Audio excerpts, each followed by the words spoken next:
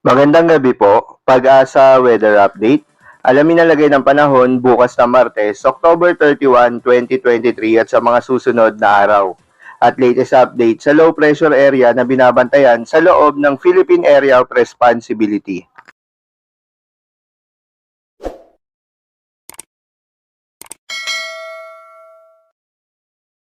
Update muna tayo sa lagay na ating panahon ngayong araw ng Lunes, October 30, 2023. Sa kasalukuyan nga ay nakikita natin itong shear line. Ito ay kasalukuyang nakakaapekto sa may silangang bahagi ng Southern Luzon at silangang bahagi rin ng Visayas. Samantalang northeast monsoon o amihan naman nakakaapekto sa may northern pati na rin sa may central Luzon. So maliban sa northeast monsoon at shear line, meron din tayong namomonitor na low pressure area sa loob ng ating Philippine Area of Responsibility at kaninang alas 3 ng hapon, siya ay huling namataan sa layong 735 kilometers, silangan yan ng Virac, Catanduanes. Although may kalayuan pa itong low pressure area na ito, yung kanyang trough o extension, kabilang na ang shear line, magdadala ng maulap na papawiri na may mga kalat-kalat na pag-ulan, pagkidlat at pagkulog dito sa may area, sa may Bicol region, sa may Quezon Province, sa may Mimaropa area, sa may Western Visayas, sa may northern portion ng Cebu, pati na rin sa may Eastern Visayas. Kaya yung ating mga kababayan na nakatira sa areas na yan, pinag-iingat pa rin natin sa mga banta ng pagbaha at pagguho ng lupa. Samantalang itong northeast monsoon naman o amihan magdadala ng maulap na papawirin na may mga mahihinang pag-ulan dito sa may Batanes area, sa may Cagayan, Isabela, pati na rin sa may Aurora. Better weather condition yung inaasahan natin dito sa area naman ng Ilocos Region, sa may Cordillera Administrative Region, nalalabing bahagi ng Cagayan Valley at nalalabing bahagi ng Central Luzon kung saan asahan natin yung chances na isolated na light rains. Para naman sa Metro Manila at sa nalalabing bahagi ng ating kapuluan, partly cloudy to cloudy skies naman tayo na may mga tsansa ng mga localized thunderstorms. Kaya yung ating mga kababayan, pinag-aantabay pa rin natin sa ilalabas na rainfall advisory, thunderstorm advisory o di kaya heavy rainfall warning na ilalabas na ating mga Regional Services Division. Para sa lagay ng panahon bukas, October 31, asahan pa rin natin dito sa may Bicol Region, kabilang na ang Quezon Province, and also sa may Mimaropa area, cloudy skies pa rin tayo na may mga kalat-kalat na pag-ulan, pagkidlat at pagkulog, posibleng epekto ng low pressure area pati na rin ng shear line. Para pa rin sa areas dito sa may Batanes area, sa may Cagayan, sa may Isabela, pati na rin sa may Aurora, cloudy skies with light rains pa rin yung inaasahan natin, bunsod pa rin ng northeast monsoon.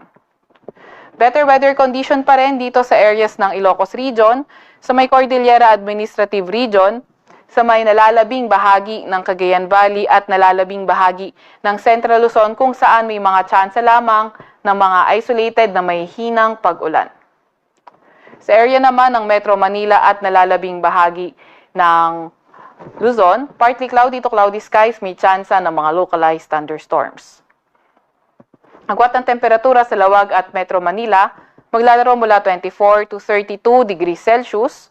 Sa Tagaytay naman ay 21 to 30 degrees Celsius. Sa may Baguio ay 15 to 23 degrees Celsius. At sa Legazpi ay 25 to 30 degrees Celsius.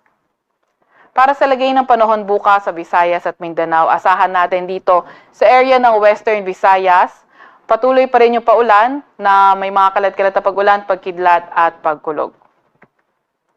So dito sa nalalabing bahagi ng Visayas, so better weather na yung inaasahan natin kung saan may mga tsansa na mga localized thunderstorm. Ganon din naman sa Mindanao area. So kapag may mga thunderstorm, asahan natin yung moderate to heavy rains, may mga kidlat at malalakas na hangin, posibleng tumagal within 2 hours to 3 hours. So pagkatapos nun ay posible nang gumanda yung panahon.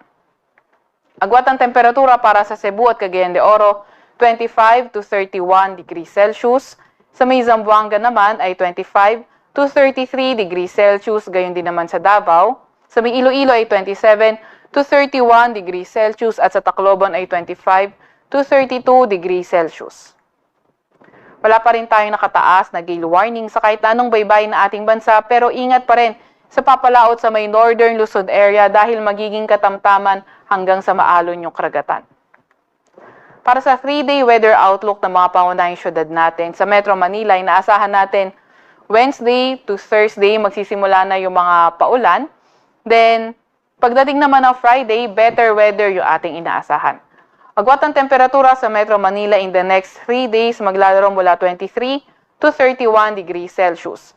Sa Baguio City naman, inaasahan din natin Wednesday to Thursday, yung northeast monsoon magdadala ng maulap na papawirin na may mga may hinang pag-ulan, pero better weather condition pagdating ng Friday kung saan may chance lamang tayo ng mga may hinang pag-ulan.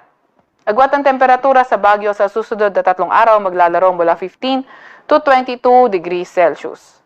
Dito naman sa may Legazpi City, Metro Cebu at Metro Davao, inaasahan natin na patuloy yung partly cloudy to cloudy skies na may mga tsansa ng mga isolated rain showers or thunderstorms. Yung ating Regional Services Division, muli pinapaalalahanan natin na magpapadala pa rin sila ng mga rainfall advisory, heavy rainfall warning o thunderstorm advisory kung kinakailangan. Agwat ang temperatura sa Legazpi maglalaro mula 24 to 32 degrees Celsius, sa Metro Cebu naman ay 25 to 32 degrees Celsius at sa Metro Davao ay 25 to 33 degrees Celsius.